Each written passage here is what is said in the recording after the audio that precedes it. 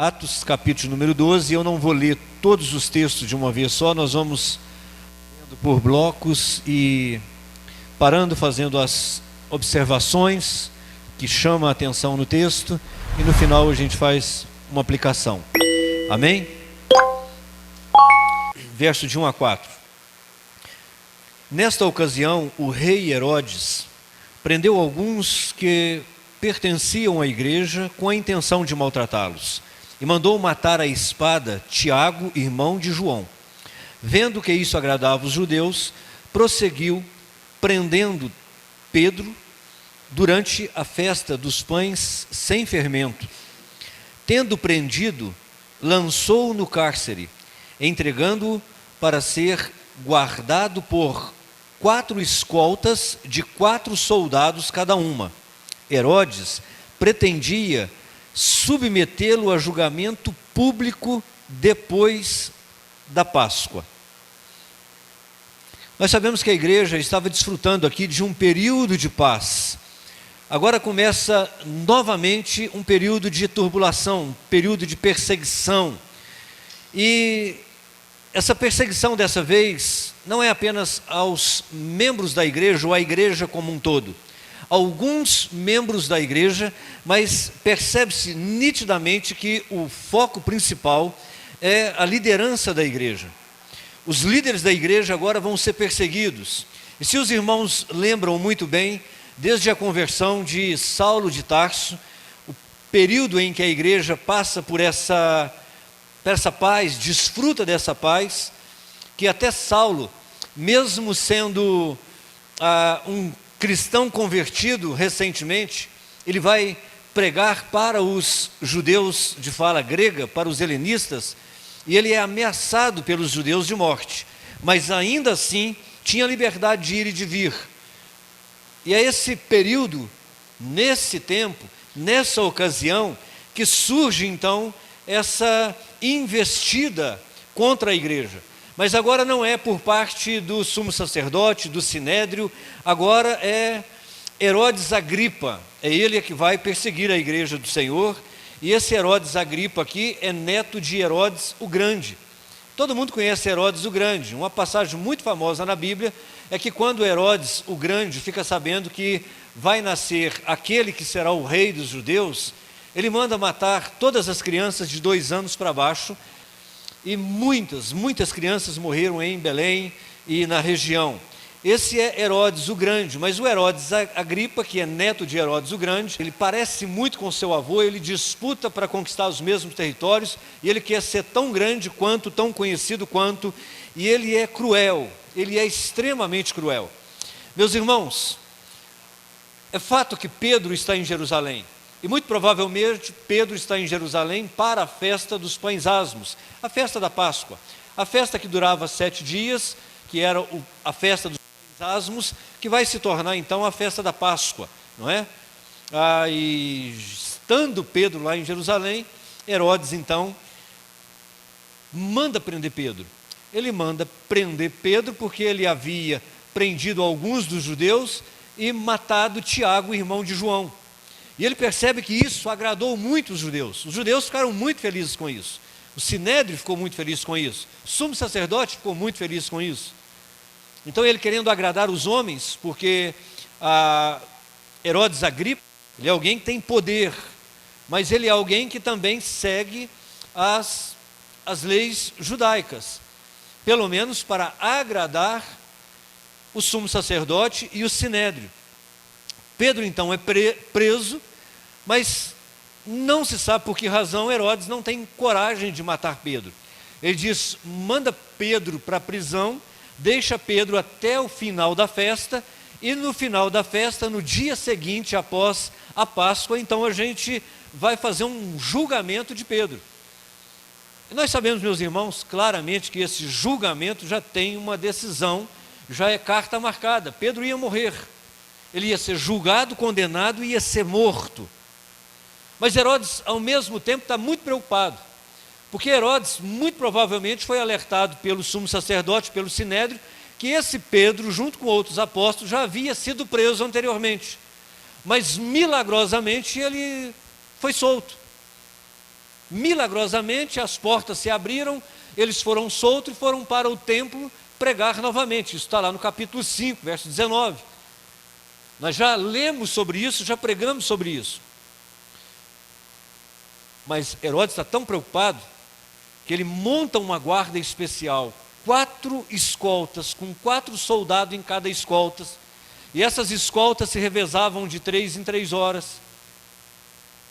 3 vezes 4, 12 horas do dia, e depois se repetia novamente. E é muito provável que Pedro estava com 2 soldados do seu lado, acorrentado nos 2 soldados na porta, 2 soldados no final do corredor e 2 soldados no portão da cidade. Preocupação total. Prisão de segurança máxima. Para Herodes é impossível. E é muito provável que Herodes Agripa, sabendo como ele é, ele se gabava e dizia: agora eu quero ver se vão sair da prisão. Quero ver se acontece isso de novo. Quero ver quem é que vai enganar os guardas, quem é que vai tirar Pedro da prisão dessa vez. Porque agora é prisão de segurança máxima. Mas o que Herodes não sabia é que o mesmo Deus que libertou Pedro da outra prisão iria libertá-lo também da segunda. Isso Herodes não contava. Herodes não contava com a oração da igreja, Herodes não contava com o poder do Deus de Israel. Aliás, muito provavelmente Herodes e o sinédrio todo, junto com o sumo sacerdote, pensavam que o Deus de Israel estava do lado deles. Mas quando nós continuamos a ler, e é o que nós vamos fazer agora, nós vamos ler do verso 5 até o verso 11, nós vamos descobrir algumas coisas muito interessantes. Parece cena de filme, meus irmãos. Diz o texto assim: Pedro então ficou detido na prisão, mas a igreja orava incessantemente, em algumas versões fervorosamente, a Deus por ele.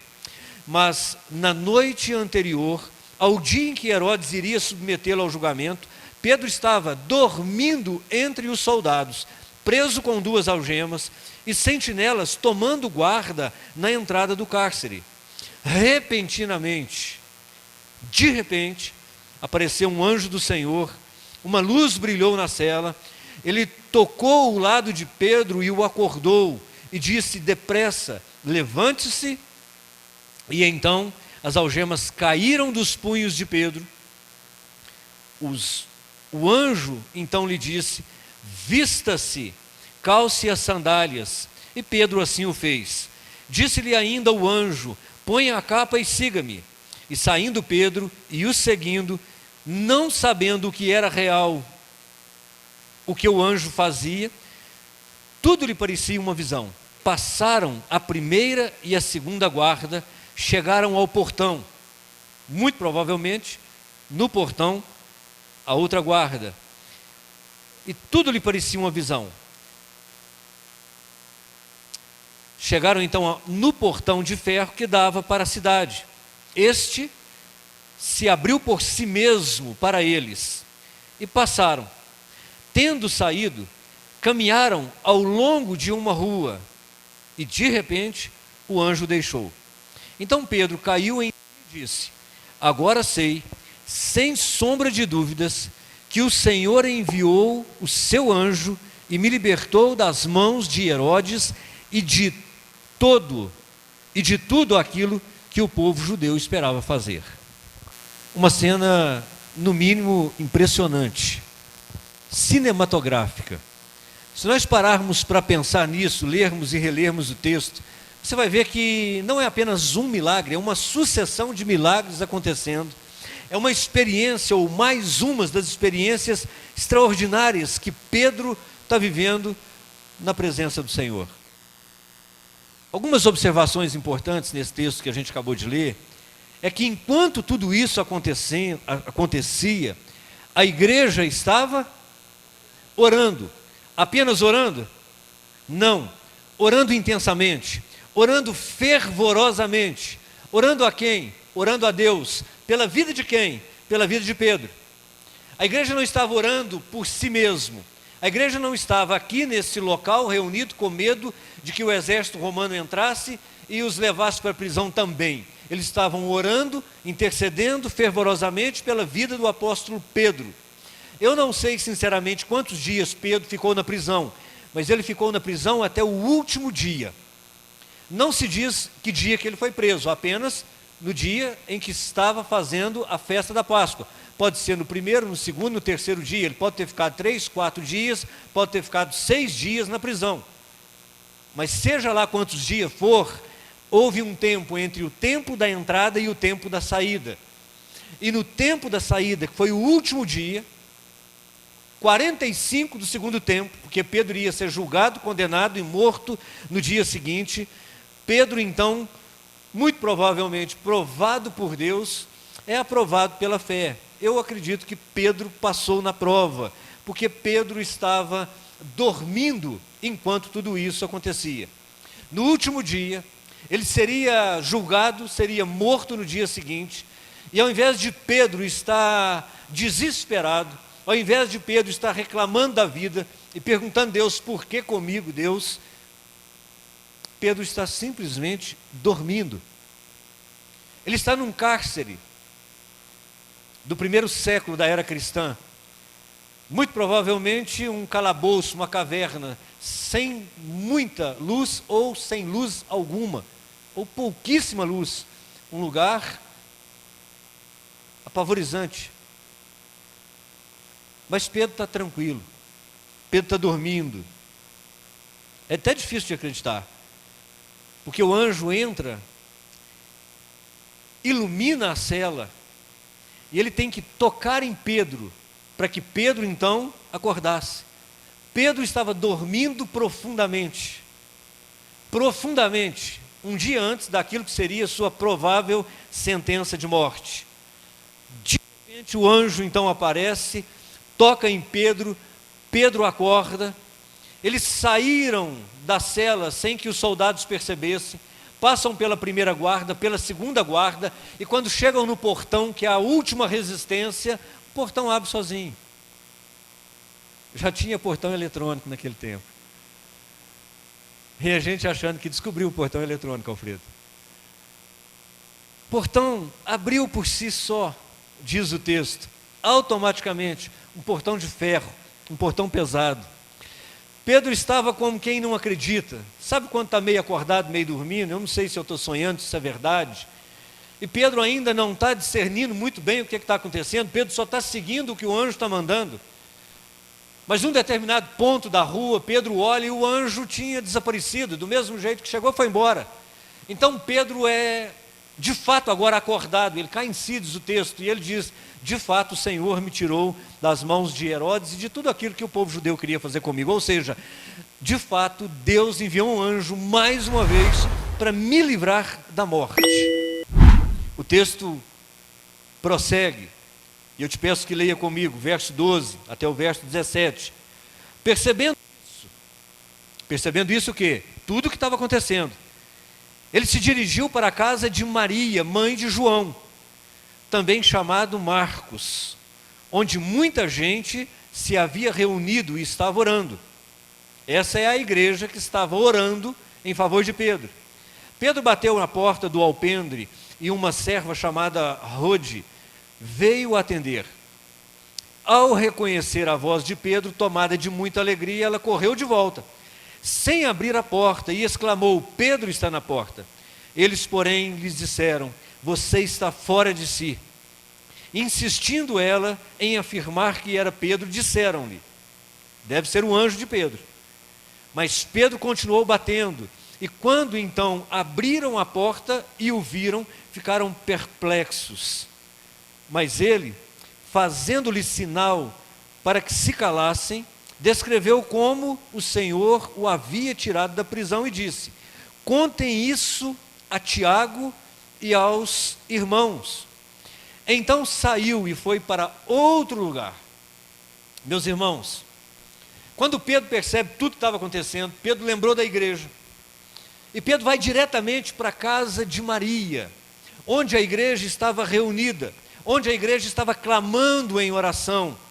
E ele não vai lá para buscar socorro, ele não vai lá para reclamar para a igreja, ele não vai lá para se esconder, ele não vai lá para se ajuntar a esse povo, porque ele não queria colocar esse povo em risco. Mas ele vai lá para dar uma boa notícia, ele vai lá para dar um testemunho, ele vai lá para dizer que estava solto, livre das mãos de Herodes, e como é que Deus fez isso de forma tão maravilhosa. Um exemplo para nós, porque tem gente, meus queridos, que pede oração, o pastor ora, pede a igreja para orar, a igreja ora, e nunca dá uma boa notícia. Pastor, se não ligar para saber, não sabe se Deus ouviu a nossa oração ou não ouviu a nossa oração, se Deus agiu ou não agiu, porque muitas vezes nós nos lembramos de pedir oração, mas não nos lembramos de agradecer a oração dos irmãos, tranquilizar e acalmar o pastor e os irmãos. Olha, pastor, está tudo bem, graças a Deus, Deus está trabalhando, Deus está agindo. Mas Pedro vai lá para consolar a igreja, para tranquilizar a igreja. Olha, está tudo bem, Deus deu o livramento. Mas ele não demora lá, ele sai de lá e vai para outro lugar. Mas a igreja está em oração, demonstrando fé, dependência do Senhor para todas as coisas. Fé e dependência. Porque essa igreja não se dispersa agora nesse momento. Essa igreja vai para a casa de uma mulher chamada Maria. Mas a igreja está em oração. Porque crente em tempos difíceis, preste atenção nisso. Crente em tempos difíceis se coloca em oração. Crente em tempos difíceis se coloca em oração fervorosa ao Deus vivo e verdadeiro. Vai colocar diante do altar de graça do Senhor quais são as suas lutas, quais são as suas dificuldades. Porque crente que não ora é crente que não crê, é crente que é autossuficiente, é crente que crê, mas não crê muito bem, sabe que Deus é poderoso, sabe que Deus é amoroso, até cita que muito pode a oração do justo, mas na hora do aperto, ao invés de orar, vai murmurar. O que esse grupo de pessoas nos ensina é que nos momentos difíceis é momento de orar, não de murmurar. Agora, uma atitude muito comum dessa igreja reunida, que acontece até nos dias de hoje, é ter fé para reunir, para orar, ter ânimo para orar, mas ainda assim duvidar do poder de Deus. Olha como o ser humano é complicado, olha como o crente é complicado. Tem fé para orar, reúne para orar, vai até na oração da terça, vai na oração da quarta, faz campanha de oração, faz vigília de oração, mas ainda assim, quando Deus faz o milagre, duvida. Duvida, ainda levanta heresia. Havia no meio deles um costume aí, talvez o anjo da guarda, não é? E quando a menina chega e diz, é Pedro que está lá fora, eles disseram, você está ficando doida, você está ficando maluca. Talvez seja o anjo de Pedro. Meus irmãos, é incoerente com a fé cristã, é incoerente com a fé que nós professamos, é incoerente com a nossa atitude, porque se nós formos orar, nós cremos que Deus vai ouvir as nossas orações, que Deus vai responder às nossas orações, no tempo dele, do jeito dele, mas vai ouvir as nossas orações, vai responder segundo o seu amor, segundo a sua graça, a sua misericórdia. Há muitos anos atrás, quando essa igreja aqui era uma igreja de oração, tinha chegado para essa igreja, e eu ouvi o pastor contar uma ilustração que eu nunca esqueci, pastor Ademir Rosa.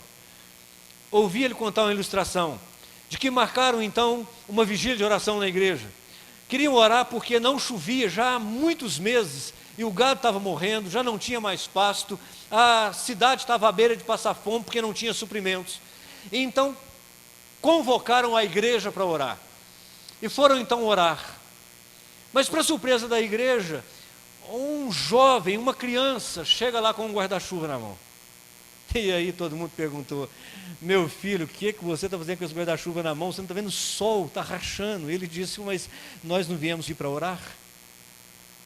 E isso, meus irmãos, é chocante, porque nós oramos, e nós queremos, e nós dizemos que acreditamos, mas no fundo nós duvidamos. No fundo nós dizemos, não foi Deus que fez. Há pouco tempo eu tive uma experiência de orar, pedir a Deus uma coisa incessantemente, e Deus me deu, e quando Deus me deu, eu falei, está bom demais para ser verdade. Incredulidade. que está enraizada, porque nós acostumamos a pensar que Deus não opera mais, ou que Deus não opera tanto assim, ou que isso é grande demais. Se é grande demais e Deus é poderoso, por que duvidar, meus irmãos? Por que duvidar se a Bíblia diz que Deus pode fazer abundantemente além daquilo que nós pedimos ou pensamos? Mas a igreja vai orar e quando Deus concede um milagre, a igreja duvida.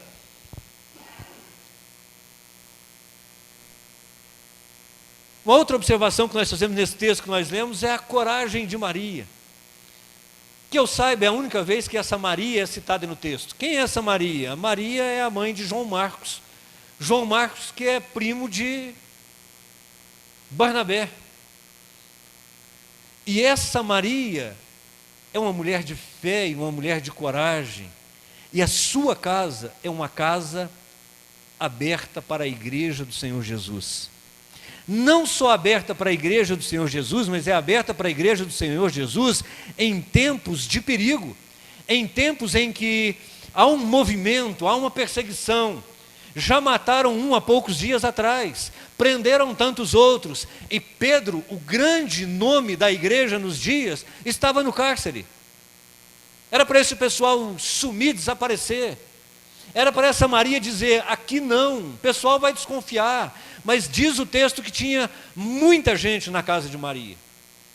Essa Maria é um modelo, é um exemplo para nós, de gente que não tem apenas o coração aberto para a obra, para o Senhor, para a igreja, mas a casa é aberta para a igreja. Essa casa é um lugar de esperança, é um lugar de fé, é um lugar de solidariedade, de compaixão. É um lugar onde os irmãos se reúnem para orar em favor do outro. É um lugar onde alguém vai para dizer, olha, esse é o meu testemunho, Deus fez. Isso é lugar de fortalecimento, é lugar onde nós podemos abrir o coração e orar com sinceridade. E eu poderia chamar isso de PG, meus irmãos. Um PG, uma célula, um lugar onde Deus vai usar para que coisas extraordinárias aconteçam. A igreja estava orando, Deus ouviu a oração da igreja. Pedro foi liberto milagrosamente, mas Pedro não vai lá para abusar da graça de Deus. Pedro é um homem coerente, um homem de fé, mas um homem sensato, um homem equilibrado. Pedro poderia ter dito o seguinte, Deus está comigo, a gente é que manda nesse negócio aqui, deixa Nero vir, fala com Nero que eu estou aqui na casa da Maria, e manda ele vir cá para ver o que Deus vai fazer com ele. Não, meus irmãos, Pedro é prudente, Pedro não põe o Senhor à prova, Pedro dá o recado, está tudo bem, conta o testemunho e vai para outro lugar. Isso nos ensina que nós não podemos tentar o Senhor nosso Deus, nós não podemos colocar o Senhor à prova, nós não podemos nos colocar em situação de perigo, de risco, abusar da graça, abusar da bondade de Deus e ainda assim pedir a Deus que nos dê livramento. Senão nós faremos o que o diabo quis que Jesus fizesse, sobe no templo, pula daí, não está escrito que ele dará ordem aos seus anjos? E o diabo ouviu de Jesus, não tentará o Senhor teu Deus. Prudência.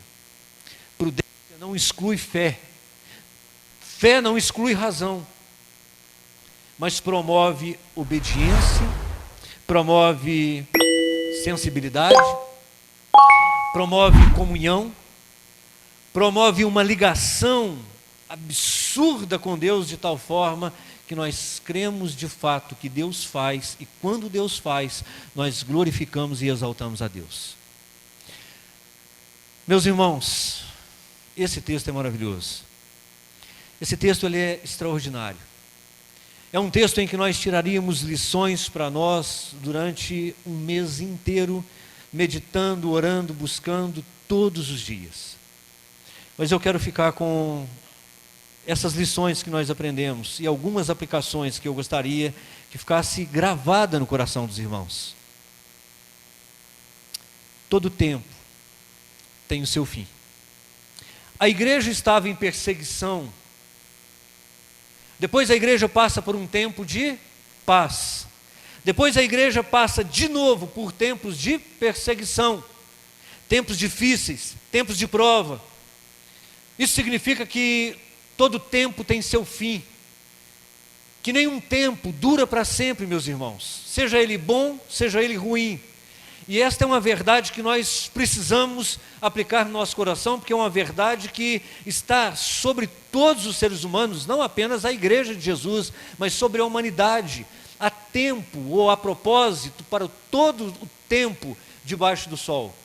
Há tempo de chuva, há tempo de sol, há tempo de frio, há tempo de calor, há tempo de plantar, há tempo de colher, há tempo de rir, há tempo de chorar, há tempo de plantar e há tempo de arrancar o que se plantou. Há tempo para todas as coisas. Há um propósito de Deus, meus queridos. O apóstolo Paulo diz em Filipenses capítulo 4, verso 12 e 13, que ele sabe viver de acordo com cada circunstância, com cada situação. Ele aprendeu o segredo de viver contente. Ele sabe passar frio, sabe passar calor, sabe passar fome, sabe passar necessidade, mas sabe também viver o melhor de Deus, sem perder a sua fé, sem perder a sua razão, sem duvidar do amor de Deus, porque a vida é assim, a vida é assim, há dias de sol, há dias de chuva, há noites que parecem dias, e há dias que parecem noite, meus irmãos, mas não há paz que dure para sempre, e nem provação, tribulação que nunca se acabe.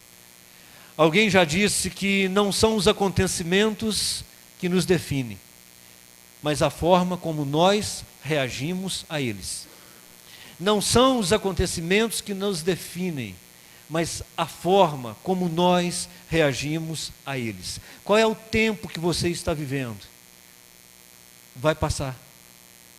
Se for tempo de paz, tempo de alegria, se prepare, porque Jesus disse que no mundo tereis aflições. Basta cada dia o seu mal, não fique se preocupando com o dia de amanhã. Preocupe-se com o dia de hoje, viva o hoje, porque o mal pode vir amanhã. Mas se os dias são tenebrosos, são dias de provação, são dias de luta, não se desespere. Não se desespere. Lembre-se do salmista. O choro pode durar uma noite, mas a alegria vem pela manhã. Não há noite que dure para sempre, meus irmãos. A segunda aplicação é que religião sem novo nascimento é apenas um disfarce, uma camuflagem para a maldade do coração humano. Religião sem mudança de vida, religião sem novo nascimento, é apenas um disfarce, uma camuflagem para as maldades do coração humano. Veja que incoerência de Herodes, veja que incoerência do Sinédrio, dos judeus. Estavam celebrando a Páscoa, celebrando a libertação do povo hebreu do Egito, celebrando a libertação do Senhor, mas não obstante isso, estão presos em si mesmo. Enquanto aquele que está preso na prisão está livre, está dormindo. E é interessante a gente lembrar que Pedro estava dormindo, Paulo e Silas estavam cantando. Gente de Deus é assim, ou está descansando no Senhor, ou está louvando o Senhor. Ora descansa no Senhor, ora louva o Senhor. Porque confia, porque crê, porque sabe o Deus que serve, porque sabe que vai passar, sabe que Deus vai entrar com providência. Mas esses aqui, esses filhos de Satanás, vestido de teólogos, vestido de sacerdotes, eles estão celebrando a libertação, mas estão presos no ódio, no rancor, na raiva, porque são apenas camuflados por uma religião, pela prática da lei, enquanto deveriam estar exercendo o amor, a graça e a misericórdia. Por isso Jesus disse a eles: vocês são sepulcros caiados, que estão pintados por fora e estão podres por dentro. Vocês são muito bons em doar o dízimo, em cumprir a lei, mas lhes falta justiça, lhes falta misericórdia, falta o principal, porque vocês não nasceram de novo. É um novo nascimento, meus irmãos, e não uma nova religião que produz vida, coerência, justiça, amor e graça. Mas é nascer de novo em Cristo Jesus. Porque o nascer de novo não só produz vida em nós, mas a vida que é produzida em nós transborda para além de nós e alcança as pessoas que estão à nossa volta. Porque aquele que crê em Cristo Jesus, rios de água viva transbordam dele. Porque assim é a fé viva e verdadeira. Ela produz obras que glorificam a Deus, produz obras de arrependimento, produz obras para a eternidade, e não produz ódio, vingança e matança e destruição, mas produz vida, meus irmãos. Por isso eu repito, a religião sem novo nascimento é apenas uma camuflagem para esconder a maldade do coração humano, mas uma vez que nós nos entregamos a Jesus, nós somos novas criaturas, as coisas velhas se passaram, tudo se fez novo, porque Ele é a luz da vida, porque a vida está nele, se Ele está em nós, a vida está em nós, e tudo que nós fazemos é gerar vida e não morte. A terceira lição, mas eu estou caminhando para o final, é que Deus é soberano e não deve satisfações a ninguém. Faz o que quer, quando quer e como quer. Eu sei que você prefere a aplicação anterior, mas essa é necessária. Deus é soberano. Deus age quando quer, como quer, do jeito que quer. É impossível ler esses textos e não fazer uma pergunta. Por que Deus livrou Pedro e não livrou Tiago? Por que Deus cura uns e não cura outros? Por que Deus opera na vida de uns e não opera na vida de outros? Porque algo tão extraordinário acontece na vida de Pedro, mas não acontece na vida de Tiago. E a resposta que eu tenho para você é uma só: soberania do Deus Altíssimo. Soberania de Deus, Ele sabe por quê. Nós não sabemos, nós não temos capacidade de compreender, de entender. Então nós precisamos simplesmente aceitar, fazer o que a igreja estava fazendo, não murmurando por causa de Tiago, mas orando por causa daquele que está vivo, orando por causa de Pedro, reunidos, fortalecendo uns aos outros. Eu fico pensando, por causa do agir de Deus e libertar Pedro da prisão, aqueles soldados morreram, meus irmãos. Morreram porque essa era a pena para um soldado que deixasse um preso fugir da prisão. Eles morreram. Os que estavam com Pedro e os apóstolos no capítulo 5 morreram depois. Esses morreram também depois porque deixaram que Pedro fugisse da prisão. E aí nós nos perguntamos, que culpa tem esses soldados, se o poder soberano de Deus agiu na vida de Pedro, e eles morreram por causa disso, estavam apenas no cumprimento da sua função? E a resposta mais uma vez é: eu não sei, mas sei que Deus é soberano.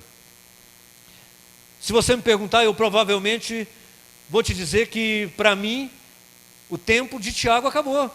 Simples assim, Deus já fez o que tinha que fazer na vida de Tiago, e Deus agora levou Tiago para um lugar muito melhor do que o que Pedro estava. Mas na nossa visão, Pedro foi abençoado, e Tiago não. Mas é interessante que enquanto Pedro estava na visão, e Pedro ainda vai passar por muita luta, muita provação, e vai ser morto do mesmo jeito,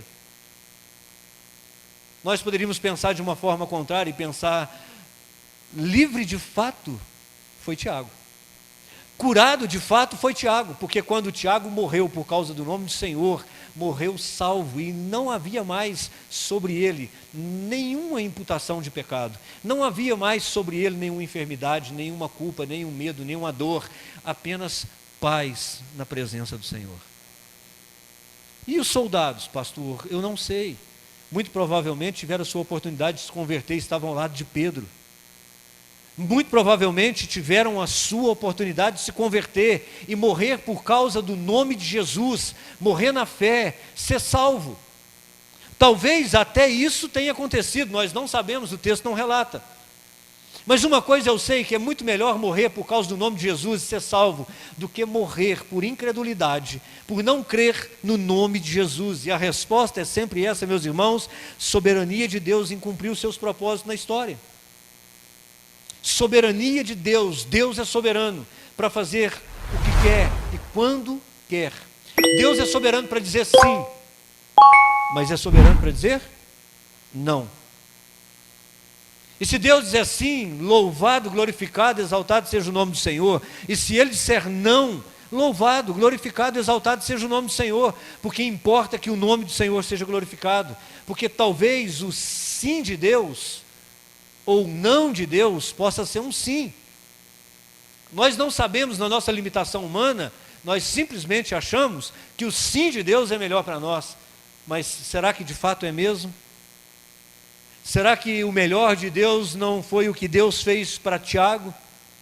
Será que o melhor de Deus, meus irmãos, muitas vezes não é visto por nós como uma negativa, como uma negação, como uma maldição? Meus irmãos, Deus é soberano. Deus é tão soberano, meus irmãos, mas tão soberano, que embora Deus não livre todos, não cure todos, e só Ele sabe por quê, ao mesmo tempo, Ele é soberano para fazer na vida de um aquilo que Ele não fez na vida de outra.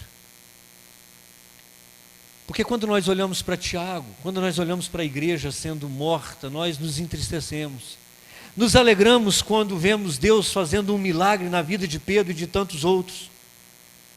A mesma igreja certamente orou por Tiago, mas Tiago havia morrido. Pedro estava vivo. E enquanto está vivo, tem esperança. Então nós podemos lamentar, nós podemos chorar, quando Deus diz não. Mas não podemos deixar de crer, não podemos desistir, quando Deus diz espera, e ainda há vida, e ainda há esperança. Porque enquanto houver 1% de chance, meus irmãos, é preciso ter 100% de esperança. Enquanto houver 1% de chance, 1/10 de chance, é preciso que haja 100% de fé, 100% de esperança, porque o nosso Deus é Deus soberano. Porque o nosso Deus é Deus de graça, é Deus de misericórdia. Porque o nosso Deus é Deus que envia anjos, é Deus que cega inimigos, é Deus que faz as algemas caírem. É Deus que faz portões de ferro se abrirem. É Deus que faz. É Deus que tem poder e tem autoridade. E essa deve ser a nossa fé.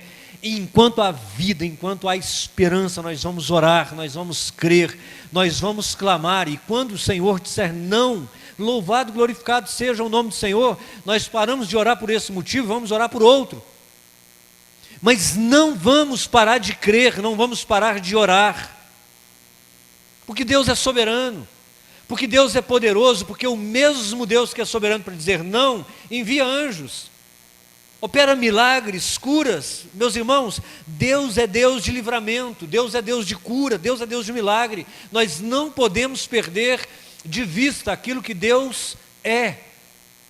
Deus é, Ele sempre foi, sempre será o eu sou, o Deus que é. É o Deus que era, que é e que há de vir. Um Deus que não muda. Por isso, mesmo diante das improváveis circunstâncias, mesmo diante das provações mais absurdas, nós precisamos continuar crendo no Senhor. Não deixar de orar, não deixar de nos reunir, não deixar de glorificar, de depender de Deus para todas as coisas, mas ao mesmo tempo, meus irmãos, fazer como Paulo e Silas na prisão, cantar e louvar a Deus, fazer como Pedro, deitar e dormir o sono dos justos, porque Deus está no controle, porque Deus é soberano e de repente, aos 45 do segundo tempo, Deus pode enviar um anjo, Deus pode enviar a cura, Deus pode enviar a libertação, amém? Nosso Deus é o mesmo Deus de Pedro. Nosso Deus é o mesmo Deus, não há diferença. Ainda é Deus do impossível, não há nada que seja impossível para Deus. Por isso, tão somente creia. Confie no Senhor, espere. Durma em paz, deite e durma tranquilo. Faça como o salmista, no Salmo 4. Em paz me deito e durmo tranquilo, porque é o meu Senhor, o meu Deus, que me faz habitar em segurança. Amém, meus irmãos? Feche seus olhos, aí onde vocês estão. Senhor nosso Deus e Pai, Deus bendito e eterno, nós te louvamos, te glorificamos, exaltamos o teu nome. Te agradecemos, ó Deus, pela tua palavra, pelo teu Espírito, e te pedimos, ó Deus, em nome de Jesus, anima-nos, anima, Senhor, a nossa fé com essa palavra, com essa mensagem. Ajuda-nos, ó Deus, a viver a independência total do Senhor. Ajuda-nos, ó Deus, a crer que não há impossíveis para o Senhor, que de repente o Senhor entra com a provisão do Senhor, de repente o Senhor nos acrescenta aquilo que falta, de repente o Senhor cura, de repente o Senhor opera milagres, maravilhas. Mas se ainda assim o Senhor achar por bem não fazer, nós ainda assim vamos confiar no Senhor, nós ainda assim vamos continuar dependendo do Senhor, ainda assim vamos continuar glorificando, exaltando o teu santo e poderoso nome, porque o Senhor é digno de honra, de louvor e de glória. O Senhor é Deus, o Senhor é Deus, e nós não te adoramos pelo que o Senhor faz, nós te adoramos pelo que o Senhor é. Pai, que assim seja na vida dessa igreja, na vida de toda a tua igreja espalhada pela face da terra, e que não haja circunstância, que não haja provação, que não haja tribulação que seja forte demais para nos tirar da presença do Senhor. Que a nossa fé esteja firmada no Senhor, no seu amor, Pai. Pai, assim nós oramos, agradecidos, em nome de Jesus. Amém. Amém.